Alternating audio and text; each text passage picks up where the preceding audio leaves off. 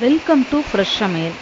இன்னைக்கு நம்ம பார்க்க போகிறது கிராமங்களில் பிரபலமாக இருக்கும் காய்ச்சலை போக்கும் ஒரு கஷாயம்தான். மழை பாருங்க எந்த அளவுக்கு ஹெவியாக வந்துட்டுருக்கு. இந்த பருவநிலை மாற்றத்தினால காய்ச்சல் அதிகமாக பரவிட்டே இருக்கும். இந்த காய்ச்சல் டைமில் நம்ம கஷாயம் வச்சு குடித்தோன்னா ரொம்ப நல்லது. 1 ஸ்பூன் அளவுக்கு மிளகு எடுத்துருக்கிறேன், 1/2 ஸ்பூன் அளவுக்கு மல்லி எடுத்துருக்கிறேன், 2 கிராம்பு, 1 பட்டை போட்டு நல்லா இடித்து விட்டுக்கணும். 2 ஏலக்காய் அதையும் போட்டு நல்லா இடித்து கொஞ்சம் பவுட்ரு மாதிரி எடுத்துக்கணும். இடிக்க முடியலன்னா மிக்சியில் போட்டு நல்லா அரைச்சிக்கிடலாம். ஒரு சின்ன துண்டு இஞ்சியை தோலெல்லாம் நீக்கிட்டு சின்ன சின்னதாக கட் பண்ணி போட்டு இடித்தனா நல்லா இடிப்பட்டுரும். அது கூட ஒரு 15 உலர் திராட்சை அதையும் சேர்த்து நல்லா இடித்து விட்டுக்கணும். இது எல்லாத்தையுமே நல்லா இடித்து எடுத்துக்கிட்டு தனியாக நம்ம எடுத்து வச்சுக்கலாம். இந்த கஷாயத்தில் எந்தவித பக்க விளைவுமே கிடையாது. குழந்தைகள் முதல் பெரியவர்கள் வரை சாப்பிட்லாம். ஆனால் சரியான அளவு சாப்பிடணும். காரத்தை நமக்கு தகுந்த மாதிரி மிளகுலாம் கம்மி பண்ணி போட்டுக்கலாம் குழந்தைங்களுக்கு கொடுக்கறதா இருந்தால். இது கூட கருப்பட்டி ஆட் பண்ணி கொதிக்க வைக்க போகிறோம்.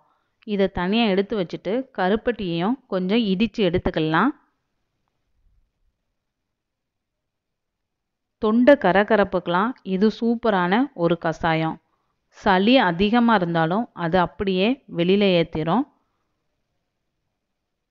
அது மட்டும் இல்லாமல் காய்ச்சல் நேரத்தில் நமக்கு வாய் கசக்கும். அந்த வாய் கசப்பை கூட இது போக்கிடும்.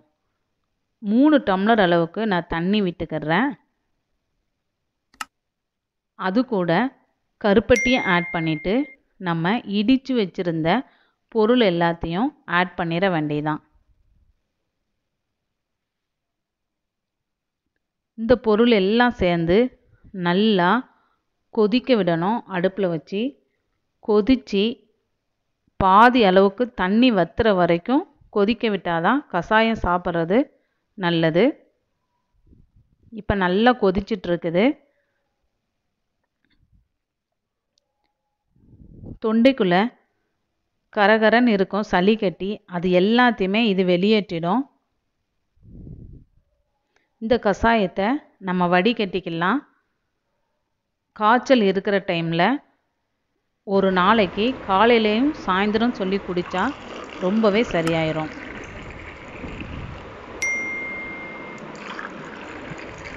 எங்களுடைய சேனல் உங்களுக்கு பிடிச்சிருந்துச்சுன்னா லைக் பண்ணுங்கள், ஷேர் பண்ணுங்கள், சப்ஸ்கிரைப் பண்ணுங்கள். மறக்காமல் பெல் பட்டன் அழுத்தி ஆல் கிளிக் பண்ணிக்கோங்க.